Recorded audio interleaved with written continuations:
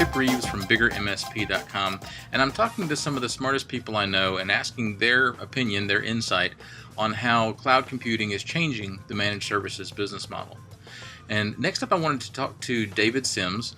David is the founder of HIPAA4MSPs.com. It's a community that helps MSPs to both be HIPAA compliant themselves and also to implement HIPAA compliant solutions for their clients. David also runs his own MSP in the North Carolina market. So, David, I appreciate you being here. And you had told me something earlier that I think reflects a lot of the fears that some of us have about our role in this cloud-oriented future. You said that you heard that some EMR, EHR companies were telling your clients or telling their clients that they don't need IT anymore. Is that true? Yeah, that's true. And let me say that it doesn't happen to all of them, obviously. But I have had clients who have called me, or even people that are potential clients where I've walked in and they have told me that they've moved to the cloud. They have an EMR product, which is electronic medical record, or sometimes called EHR, which is electronic health records. But they've moved their software to the cloud, and therefore their protected health information is not on site anymore, and so they don't need IT. And that's kind of what they're being told, when that's really far from the truth. In a lot of cases, that protected health information existed outside of that software, and so we have to come in and find where that is. And honestly, I've not run into a case yet where that's not happened, where there's not PHI sitting outside of the software, whether it's on-site software or cloud software. There's always PHI floating around. I mean, most people, and I'm guilty of this as well, I'll put things like on my desktop or in my documents folder with the intentions of getting to it later and filing it where it needs to go. And a lot of times that happens, sometimes it doesn't happen. And so we have to go in and try to find where that is. Where did that PHI go, and where do they create it? Where do they send it to? So there's just a lot involved in what we have to do that has really nothing to do with the cloud. But the cloud vendor certainly, does not understand the level of IT or what their client has to do on site in order to make that kind of claim. To say that they don't need IT on site because they're now using cloud services. Yeah, and I think that's true not just for HIPAA solutions or healthcare solutions, but we've seen that kind of with the broader cloud marketplace too.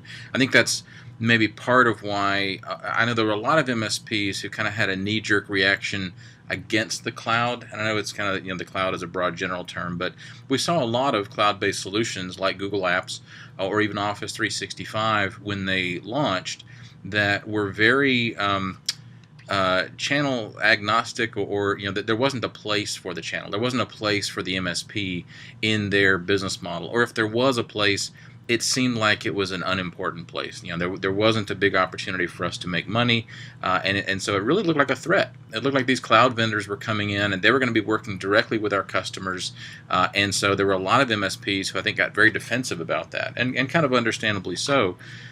But what about with your MSP in Charlotte? So do you see the cloud as more of a threat or more of an opportunity now? Now I see it more of an opportunity, and I think that early on, like you said, it was more of a threat.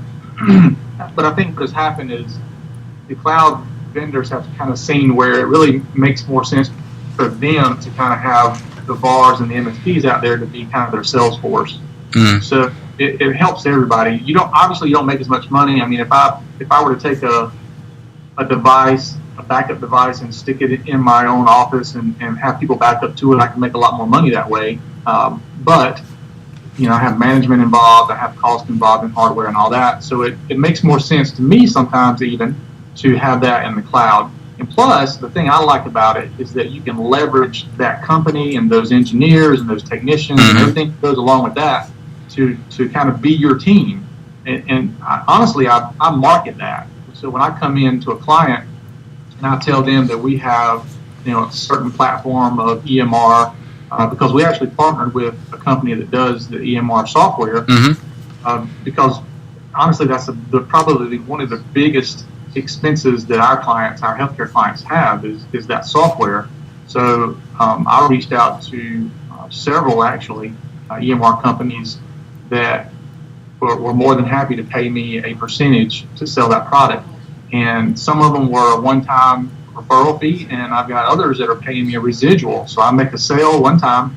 I really don't have very much to do with the sales process other than kind of bringing everybody to the table. And then I get a monthly check as long as they're a client. And most clients are not going to change EMR platforms very often.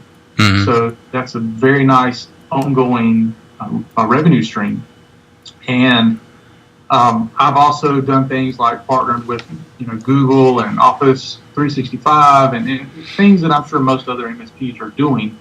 But when the whole cloud thing came out, it was evident, not long into it, that people were going to have to really kind of change how they did business. And it's not something that you're not going to see time and time again. The longer you're in business, the more you're going to see you've got to pivot your business. You've got to change with what's coming and going. And, I've done everything from the brick and mortar store to the consulting to the being in a niche, being not in a niche, break fix, not break fix. And each one of those moves is typically because the market demanded it. And so to me, the cloud was just another thing the market was demanding and another thing that I have to take my business and pivot and toward that and find a way to make it fit and do it in a way that my clients felt comfortable because they were going to the cloud. Because some clients still don't want that. They don't want to be in the cloud. Right. And it's a big mysterious place. And others do. And sometimes it's things that they could do on their own. That's kind of one of the fears that we have as MSPs is that a cloud provider will come in and kind of push us out of the way. But what I have seen in my MSP business is that clients typically want me to manage it anyway. Even something as easy as Google Apps. We may find it easy because we're technically inclined, whereas the clients, they don't really see that as being easy and setting up the whole Google Apps platform and managing that. And really, they just want to call somebody and say, hey, I've got a new employee and I need an email address and I need it set up. They don't want to deal with all that. And so we still get paid and we have it a lot easier because we have the back end of Google and all their technicians and engineers to kind of make sure things are running. So that's a long way to answer your question, saying, yes, we've changed. And yes, I do see it more as a benefit than used to. And that reflects one of the themes that we've heard throughout a lot of these interviews, and that is that when you're in a technology business, change is inevitable, and we just have to learn to roll with it and thrive with it. So, David, thank you very much. I appreciate your time. Guys, check out David's website at HIPAA4MSPs.com.